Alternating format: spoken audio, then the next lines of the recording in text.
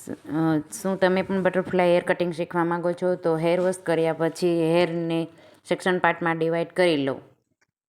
ત્યારબાદ આગળના front એરિયાને 45 degree યાની કે નેક એરિયા સુધીનું કટિંગ કરવું. ત્યારબાદ ઉપર બોક્સ એરિયામાં ઉપરની તરફ લઈ જઈ અને કટ આપવી. ત્યાર પછી તેને 2 પાર્ટમાં ડિવાઈડ કરી દેવા. તેમજ તેની ગાઈડલાઈન લઈને લેફ્ટ સાઈડનું કટિંગ કરતો જાઉં.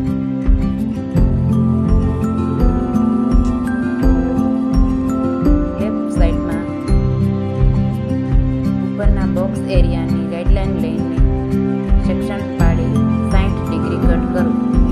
60 ડિગ્રી યાની કે ખંભા સાથેનું સેક્શન આવશે.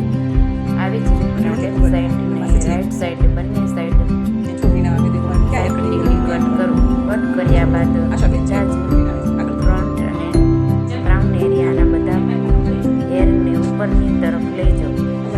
ઉપરની તરફ હેરને લેતી વખતે મુઠ્ઠીમાં પેક કરી અને સીઝરની પોઈન્ટ એરિયાથી કટ આપવી. ધ્યાન એ રાખવાનું છે કે કટિંગ કરવાનું નથી, કટ આપવાની છે. પોઈન્ટ એરિયાથી કટ કરવું. કટ આપ્યા બાદ બધા હેર આગળ લઈ ક્લિપ દેવી. ત્યાર પછી ક્રાઉન અને નેપ એરિયા સુધીના બધા જ હેરને ઉપરની તરફ લઈ જવું. કોણથી હેરને એકસાથે હાથ વડે પકડી અને સીઝરના પોઈન્ટથી કટ દેવી.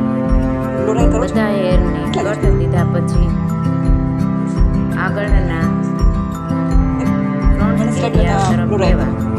ફ્રન્ટ એરિયાથી બધા જ હેર નેપ એરિયા સુધી પાછળ લઈ જવા. તો આ છે easy technique butterfly hair cutting.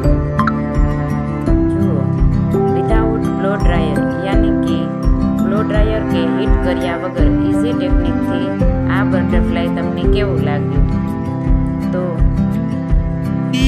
આવી રીતે પૈસા બચાવતું તમે પણ ઘરે ઇઝી ટેકનિકથી આ રીતના વિધાઉટ બ્લો ડ્રાયરમાં હેર કટિંગ કરી શકો છો. તો આવી રીતના અવનવા હેર કટિંગ જોવા માટે વિડીયોને લાઈક કરજો, શેર કરજો અને ફોલો કરજો. અને કોમેન્ટમાં જણાવજો કે તમને આ easy technique without blow dryer hair cutting કેવું લાગ્યું. તો આવી રીતના દર વખતે અવનવા કટિંગ જોવા માટે યુટ્યુબ ચેનલમાં પણ RS બ્યુટી પાર્લરને સબસ્ક્રાઈબ કરજો. So thank you.